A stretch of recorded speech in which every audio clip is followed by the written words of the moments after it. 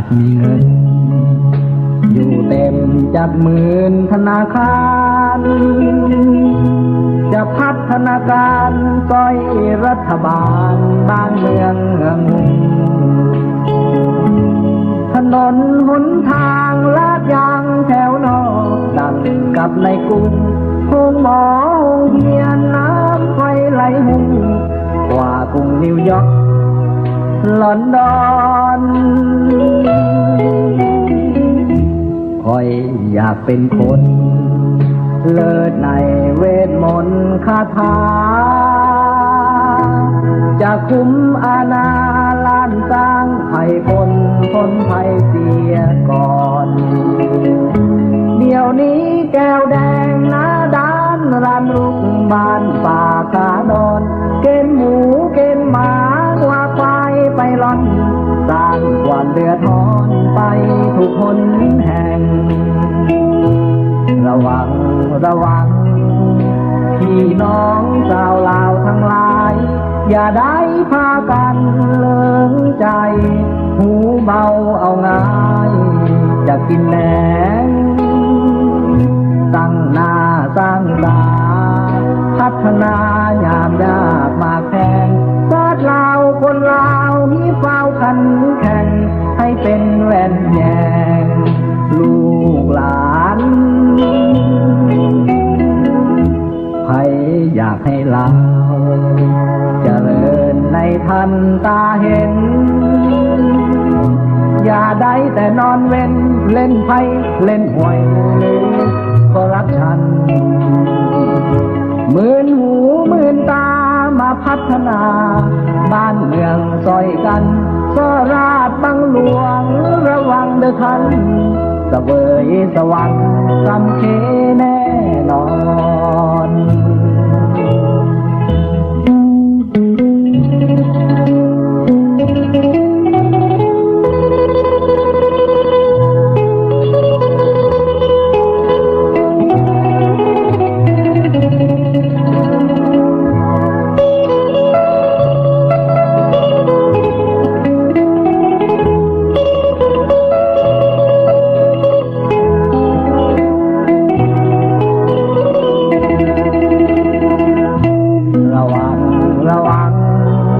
พี่น้องชาวลาวทั้งหลายอย่าได้พากันเลิงใจหูเบาเอาง่ายอยากกินแหนงตั้งหน้าสร้างตาพัฒนายามยากมาแข่งชาติลาวคนลาวที่เฝ้าขันแข่งให้เป็นแหวนแยงลูกหลานใครอยากให้ลาวเจริญในทันตาเห็นอย่าได้แต่นอนเว้นเล่นไพ่เล่นหวยเล่นคอร์รัปชันหมื่นหูหมื่นตามาพัฒนาบ้านเมืองซอยกันสราชบังหลวงระวังเด้อท่านเสวยสวรรค์สำเคแน่นอน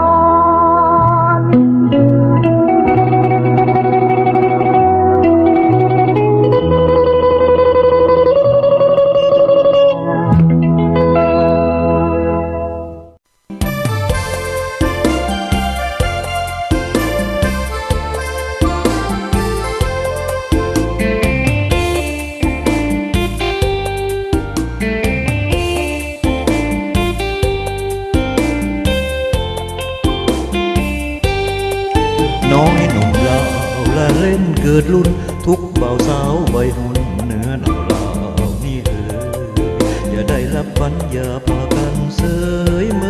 ยยิ่งตื่นขึ้นมาจงอย่าสาเหมือนเสยมาสร้างความลึงเคยหูจักโหมฮักกันไว้สืบสานพันธุ์เท่านั้นแม่นลาวให้จดจำชื่อเราถึงอยู่ดาวแดนใดศาสตร์ประเพณีจงแพงถนอมไว้เก่าของหลังจงพร้อมกันรักษาไว้อย่าให้เลือนสูญหายเสียงสุดไปย้อนหมู่เฮาอักษรลาวแต่เก่าเดิมนั้นมีครบถ้วนบอกภาพฐานมีชีพแต่มีมูลเขาอย่า ตัดทิ่มเสียตัวหนึ่งได้โดยถือเบาอย่าให้ความหมายแปรเปลี่ยนไปบ่ถือเอาภาษาการปากเว้าจะบ่หูแหล่งที่มาแม้นอยู่ดินประเทศกินได้สามัคคีกันไว้ทั้งเปิดตนศึกษาสอบหาความหูสอบทำเหียนเอาวิชาเพื่ออนาคตเพื่อจากวันหนึ่งข้างหน้าขึ้นกลับไปพัฒนาบ้านเมืองเฮาให้เจริญ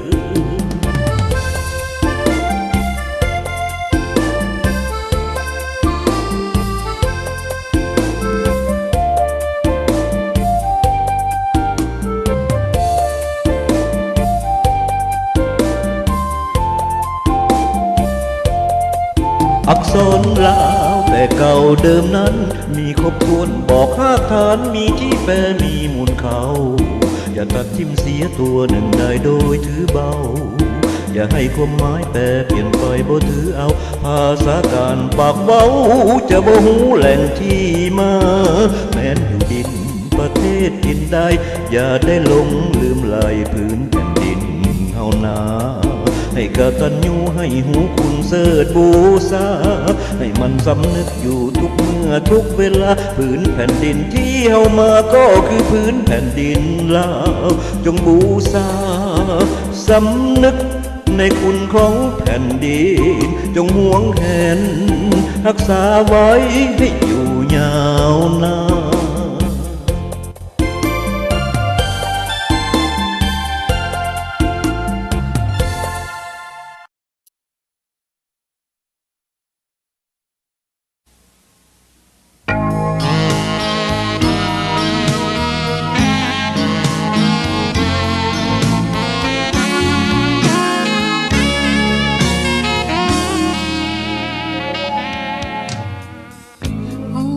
กันเฮาอยู่แตกหมู่เฮาตายจงจำชื่อไว้สอนใจทุกเมื่อจะเป็นลาวใดใต้กลางหรือเหนือลาวต้องทำเพื่อประโยชน์ของลาวโอมกันเฮาอยู่อย่าแตกอย่ามังข้างลาวข้าลาวชาติพันธุ์จะสูญเสือวงจะเศร้าลาวจะเป็นลาวสื่อลาวจะบ่มีฮักกันแพงกันตุ้มกันเป็นกลุ่มลาวคนลาวลุ่มร่วมกันมองพี่ลาวจึงจะยังอยู่นาตาปีมีสาแผนที่ไว้สาวสืบไปโอมกันเพื่อสร้างพลังอันแห่งให้ลาวเข้มแข็งกังวานไกลก็แขนกันเดินก้าวคืนกลับไปปลดปล่อยสาดไว้ให้พ้นแอกแด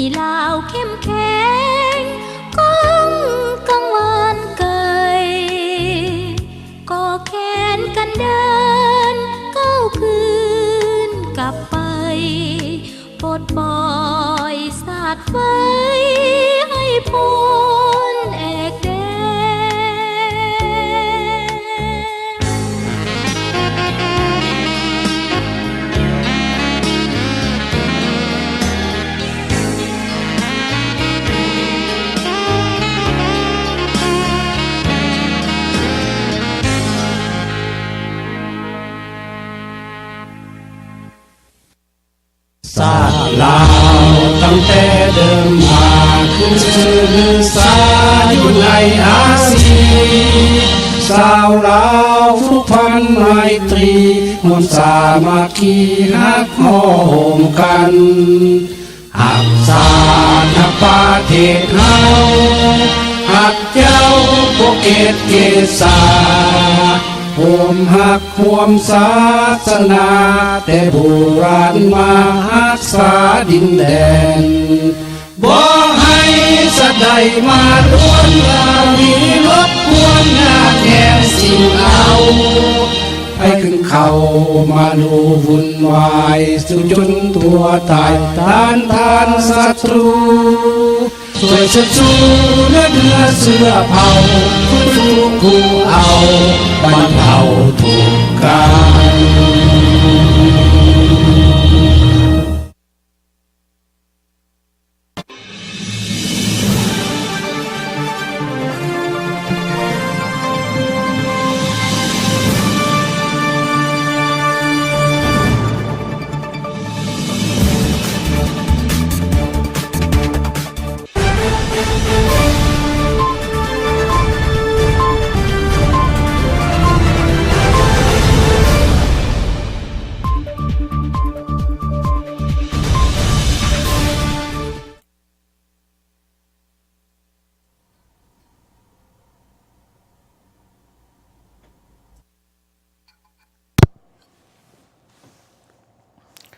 สบายดีท่านผู้ชมที่เคารพยินดีต้อนรับเข้าสู่รายการข่าวลาวเนาะพบกับข้าพเจ้าแสงจิตอาลัยผู้ดำเนินรายการ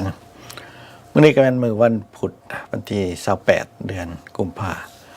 ปี2018เนาะเวลา5:15 นาทีอยู่ในรัฐแคลิฟอร์เนียแต่เนาะก็จังไดก็ดี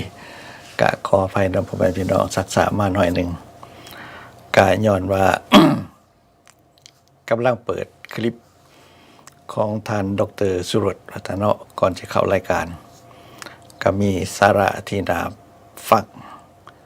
ก็จะเสียดายที่ว่ายังบ่ทันหมดยังมี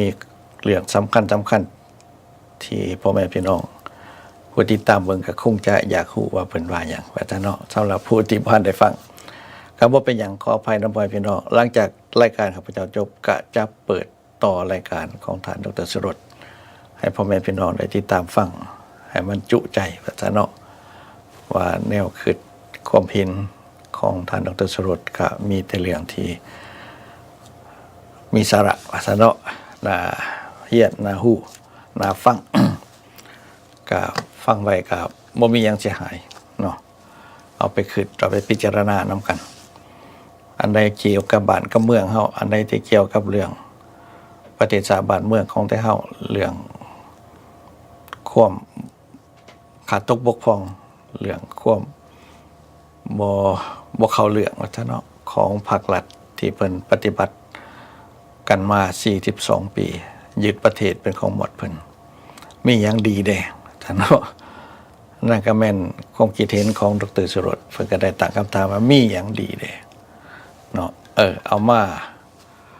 แสดงเบิ่งดูเอามาบอกมาว่ากันเบิ่งดูยกมาเบิ่งดูจักประเด็นอันแนวมันดีๆนะมีสาระเนาะให้แก่ประเทศชาติบ้านเมืองให้แก่ประชาชนเนาะสรุปแล้วหมดแต่เฮาเจ้าคอยอยู่ต่างประเทศเพียงก็พยายามติดตามเบิ่งบ่ได้ลดละแล้วก็ให้ความสนใจเป็นพิเศษเนาะ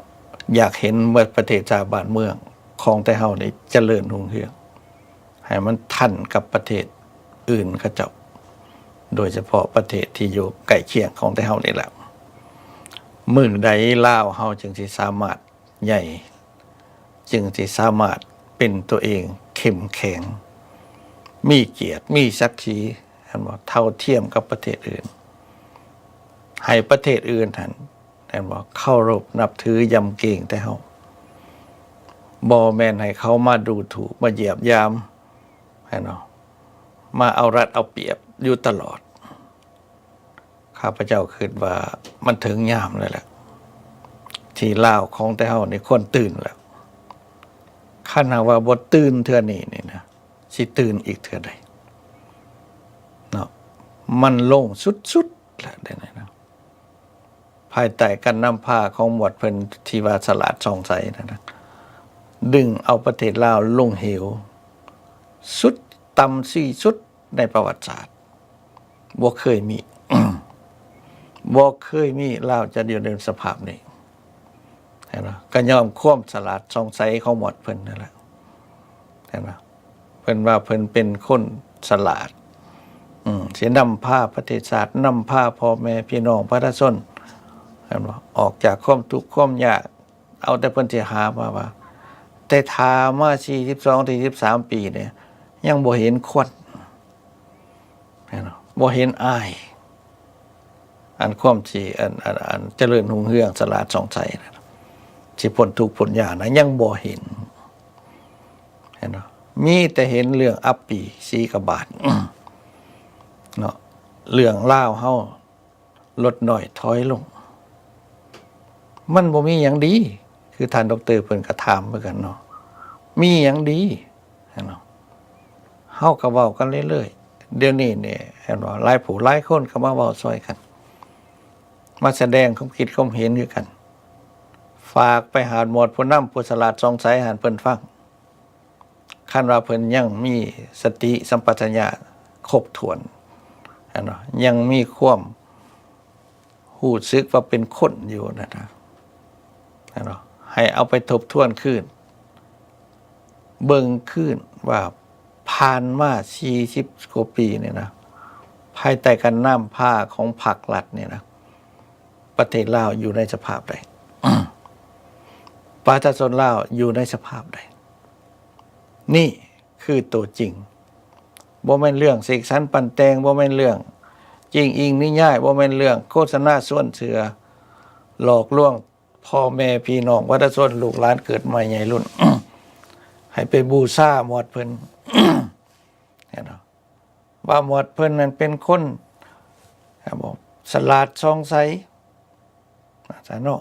บ่มีหมวดเพิ่นลั่นบ่มีวันนี้เห็นบ่แล้วก็บ่แม่นแล้วเท่านั้นเด้บ่มีแก้วว่าซั่นเนาะบ่มีวันนี้อีกเห็นบ่ปัญหาที่มันหนักเข้าไปตื่มอีกนั่นแหละเห็นบ่มันแม่นแท้คันบ่มีแก้วบ่มีหมวดเพิ่นนะครับประเทศลาวบ่เป็นจังซี่เห็นบ่บ่ได้ทุกข์บ่ได้ยากเห็นบ่บ่ได้ตกต่ำซ้ำนี่อาจารย์เนาะนับตั้งแต่มีการเปลี่ยนแปลงทางด้านการเมืองบนพื้นฐานว่าลาวกับลาวที่โฮมกันสร้างสาพัฒนาประเทศชาติบ้านเมืองสงครามหมดแล้วต่อไปนี้มีตั้งแต่แนวดีสำหรับประเทศลาวสำหรับคนลาวแต่เฮามีน้อยอยู่แล้วคันที่เว้าแล้วก็ในสมัยเขา75นะครับก็3 ล้านมาแต่ดนแล้วเนาะหากบ่ได้สำรวจบ่ได้กวดขึ้นกันจักเทื่อแต่ว่าก็คิดว่ามี3 ล้านอาจจะมีหลายคนละหน่อยนึงก็บ่จักแต่ว่าก็ยังน้อยอยู่สำหรับคนลาวเนาะแต่ว่าก็บ่เป็นหยังนั่นเนาะจังได๋ก็เป็นประเทศลาวในเมื่อว่ามันสิ้นสงครามกันแล้วลาวกับลาวก็ต้องหันหน้าเข้าใส่กันแล้วก็จับมือถือแขนกันซอยกันสร้างสาพัฒนาประเทศชาติบ้านเมืองเพราะว่าประเทศนี่เป็นของหมดแต่เฮาหมดทุกคนเลยคนลาวบ่ว่าสิมักสายบ่มักก้างบ่ว่าสิขัวบ่สายจัดขัวจัดไม่ยังก็แล้วแต่นั่นมันแนวคือทางการเมืองแต่ว่าส่วนเล็กๆแล้วหมดแต่เฮาเป็นลาวนำกันหมดตัวนี้นี่สำคัญคันหากมากตัวนี้นี่หมดลาวนี่แม่นบ่แม่นผู้ใดมากบัดนี้นะแม่นผู้ใดเขียนบ่เข็นขาหมดแต่เฮาหมวดฝ่ายขัวฝ่ายพระราชอาณาจักรลาวก็ว่าได้ฝ่ายเสรีก็ว่าได้แต่ไทยเฮานี่เป็นลาวที่มีความจริงใจที่สุดแล้วหมดทุกคนก็ดีใจเวลานั้นไผก็ว่าดีใจหมดลาวกับลาวโฮมกันแล้วหมดแล้วบัดนี้นะ เห็นบ่สงครามแม่นยุคลาวสิสร้างสาพัฒนาประเทศชาติบ้านเมืองให้เจริญรุ่งเรืองแล้วให้ลูกให้หลานได้มีอยู่มีกินได้หำได้เฮียนอยู่เย็นเป็นสุขบ่มีซึกมีเสืออีกแล้วมันบ่เป็นคือแนวนั้นนะพี่น้องเห็นบ่หมวดโจรหาหอยเนี่ยหมวดอุบาทนี่มันดันไปเห็นบ่ยกสูงทฤษฎีมาร์กเลนินไปฟังความแก้วมาขาคนลาวเฮาเองผู้ที่มีแนวคิดบ่คือกันกับหมดเพิ่นผู้ที่มีแนวคิดเสรีบ่แม่นคอมมิวนิสต์บ่แม่นเผด็จการผลสุดท้ายลาวเกือบล้านถือขาตายถือต้นนี้ เอาตัวนี้ลบหนีจากประเทศย้อนว่าบ่อยากตายพอหมดเพิ่นขาลูกเดียวจับลูกเดียวดับศูนย์ลูกเดียวเห็นบ่ย้อนว่าหมดแต่เฮาบ่แม่นมีแนวคิดปฏิวัติคือเพิ่นบ่ได้มาจากธรรมจากผู้คือเพิ่นบ่ได้เป็นขี้ขาแก้วคือหมดเพิ่นเพิ่นต้องดับศูนย์ให้มันหมดว่าซั่นนี่แหละคือแนวคิดดับศูนย์เสือศาสตร์ตัวเองและแม่นไผเป็นผู้เฮ็ดเป็นผู้กระทำก็หมวดโจรหาห้อยอุบาทนี่แหละหมวดพรรคปฏิวัติประชาชนลาวนี่แหละที่เป็นขี้ขาแก้วนี่แหละเห็นบ่เป็นหยังข้าพเจ้าจึงเว้าเรื่อยๆว่าขี้ขาแก้วก็มันเป็นจังซั่นอีหลีเห็นบ่วันนี้มันบ่ได้เป็นตัวของมันเองแล้วมันก็บ่ได้มีแนวทางนโยบายเห็นบ่สิสร้างความปรองดองศาสตร์เห็นบ่สิเอาสร้างสาพัฒนาประเทศชาติร่วมกันบ่มีเห็นบ่มันต้องขา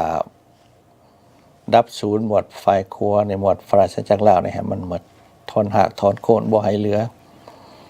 เด็กๆน้อยๆก็เอาไปขาทิ้งเห็นบ่ลูกศิษย์ดอกเทียนนักศึกษาเอาไปขาทิ้งบ่แม่นน้อยเด้อันเห็นประท้วงแย่งๆๆๆอยู่เมื่อก่อนน่ะนะเรียบร้อยเมื่อแล้วมันก็เอาไปมันจะเอาไปหำไปเฮียนบ่หันบ่นี่ความจริงแล้วมันเอาไปขุดคุ้มแล้วก็ยิ่งขาถิ่มทมกันอยู่ในหันเป็นหมู่นั่นเนาะมันบอกว่าหมวดนี้ใช้การบ่ได้หมวดลูกสมุนจักรพรรดิหมวดลูกสมุนของศักดินาเบี้ยนให้มันหมดนี่เห็นบ่คือความโหดหายป่าเถื่อนและความไหเดียงสาของหมวดผู้นำลาวแดงดับศูนย์เชื้อชาติตัวเองเมื่อสงครามแล้วลาวกับลาวฆ่ากันเองแม่นไผฆ่าลาว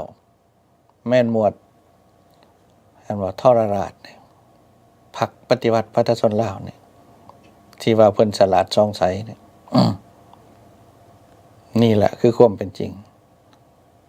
อันดร.สุรสตันทรงขอความไปหาว่าให้สหายคืนกันใหม่แต่เนาะมันจำกระเป๋าปีจูข้วยแต่กระบบเป็นหยังเนาะเอิ้นไปได้เฮียกไปได้ก็ล่องๆกันเบิ่งเอาวัตถุวิธีทางนั่นแหละซอยกันแต่สำหรับข้าพเจ้าแล้วว่าเปล่าประโยชน์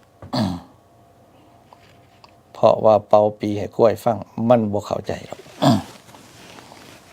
มันบ่มีความรู้สึกว่ามันเฮ็ดหยังกับประเทศชาติบ้านเมืองเฮ็ดหยังกับคนลาวเฮานี่ฮอดคู่มื้อนี้มันยังอวดองค์อยู่ยังว่าสิเดินหน้าสร้างสังคมนิยมแต่เนาะว่าเพิ่นพากันปลดปล่อยลบล้างระบอบเพิ่นบอกว่าระบอบศักดินาที่ล้าหลังแม่นไผล้าหลังกันแท้ๆนะพ่อแม่พี่น้องลูกหลานลองคิดเบิ่งมาแม่นไผล้าหลังกันแท้ๆเนาะระบอบเผด็จการเนี่ยวะโลกได้เข้าถิ่มมันแล้วหมดเพิ่นยังบ่ฮู้จักอีกยังเอามาบูชายังสิไปสร้างสังคมนิยมล่ะสร้างมันได้อยู่ปานใดมันสร้างบ่ขึ้นเพราะว่าสังคมนิยมมันใช้การบ่ได้ มันเป็นระบอบเผด็จการเห็นบ่มันบ่แม่นระบอบประชาธิปไตยเห็นบ่เข้าใจที่คำว่าเผด็จการผูกขาดอำนาจแต่เพียงผู้เดียวเมื่อทุกคนก็สิเห็นลูกหลานเปิดมาในรุ่นต้องเห็นได้ในไผก็ญาติเห็นบ่เป็นหยังจังญาติคำว่ารัฐบาลที่มาจากประชาชนหรือว่าหักประชาชนเฮ็ดเพื่อประชาชนเป็นหยังประชาชนจึงญาติแล้วเป็นหยังหมวดเพิ่นจึงญาติประชาชนนั่นเนาะนี่แหละมันไผเป็นเจ้าของประเทศกันแท้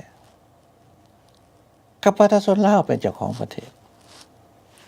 เห็นบ่แม่นพรรคปฏิวัติประชาชนลาวได้เป็นเจ้าของประเทศพรรคก็คือพรรคการเมืองเห็นบ่แต่ว่าผูกขาดบัดนี้นะเห็นบ่มีแต่หมวดเพิ่นเท่านั้นมีสิทธิ์ตั้งพรรคมีสิทธิ์หักษาเห็นบ่คนอื่นแต่บ่มีสิทธิ์เห็นบ่ผู้ใดก็บ่หักษาคือเพิ่นไผก็ตั้งพรรคบ่ได้เว้ากันเมืองบ่ได้มีแต่หมวดเพิ่นฉลาดซ่องไสถึงทองกว่าหมู่อันแนวคิดจังซี่นี่มันใช้การบ่ได้คันมันฉลาดแท้ก็บ่ว่าดอก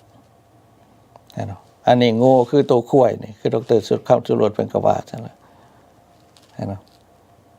โง่และอวดฉลาด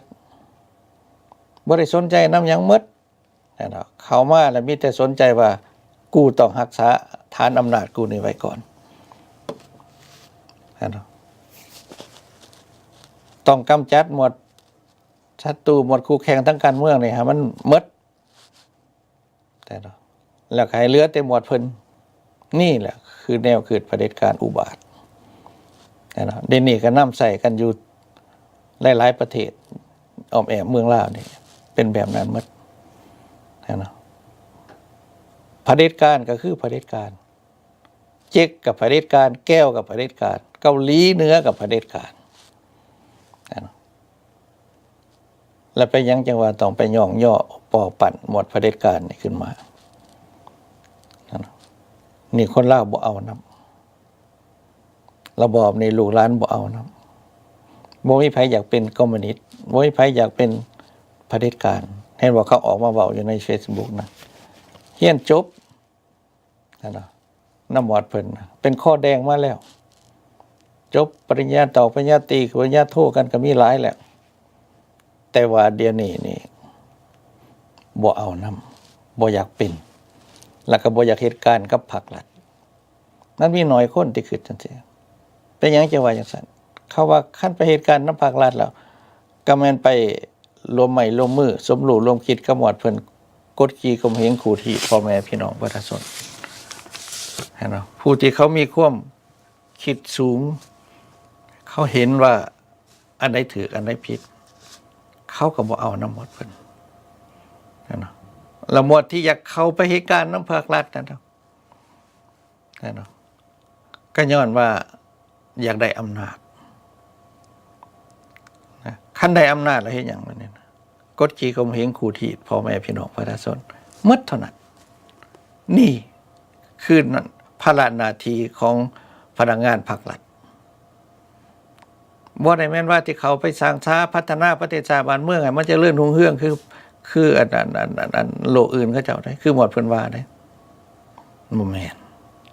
ผู้ใดก็เข้าไปหวังตั้งแต่ว่าสิกอบโกยได้เป็นเจ้าหน้าที่ได้เป็นพนักงานแล้วต้องมีโอกาส